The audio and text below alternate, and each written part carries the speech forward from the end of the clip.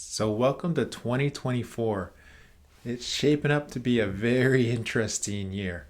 Why is that? Well, mainly because there's a big election happening in November. What does that mean for the markets? Let's dive in and take a look.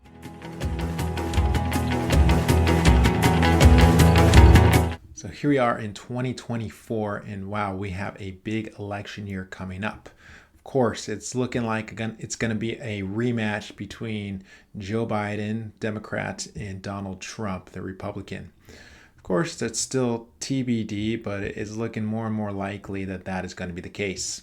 Well, what does that mean for the market, and how does that affect our returns and the volatility that continues throughout the market in an election year? So this graph is interesting because you can see that it fluctuates a lot before the election, which obviously is in November. So it's showing you the first 100 days before the election.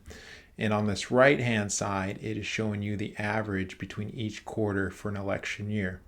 Now, of course, the Q4 for each year looks on average the best, but when you actually look at the line graph, things can drastically change depending on what's going on with the economy. And it's not to say that the Q4 will be the best turnout again for this particular year, because all the economic factors are different. Inflation is starting to come down, interest rates will most likely start to come down, and the economy should end up doing a lot better this year, which hopefully will drive the market returns because of the companies that are within the stock market. Think of the stock market as its own entity, right? Although it may be influenced by what's happening through some of the legislation or laws that get passed, by and large, companies aren't making drastic business decisions based on who's in office. And if you think that way, then try and look at some of the bigger companies and figure out, is Apple, is Google, are these companies making major business decisions based around who's in office? Some of the different scenarios point to the differences between Republican in office with the split government, divided government, and vice versa. Democrats in office with a split government. And it makes it hard, right, to get laws passed if they don't have the votes. So the stock market will continue to do its thing based off of the certainty. And in most cases, when we're talking about uncertainty, particularly around who's going to be elected or what it's going to look like come November, that's going to shape the volatility of the market. And volatility, if you remember, is the movement between when things go up and down.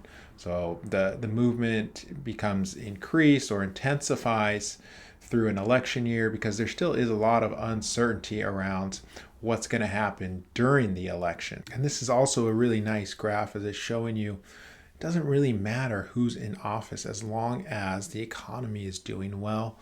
Then that translates into some nice returns and gains within your portfolio. And it also signifies that we have to stick with our strategy. We can't change up our strategies just because one party's in office versus the other, because we could potentially miss out on some really nice gains. For example, last year, everything started to recover in 2023 on the heels of a bad 2022.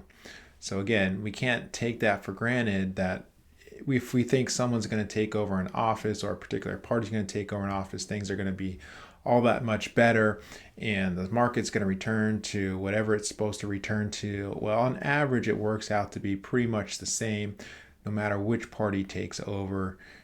And we can all do well, assuming that it follows some of those same trends that it has historically been.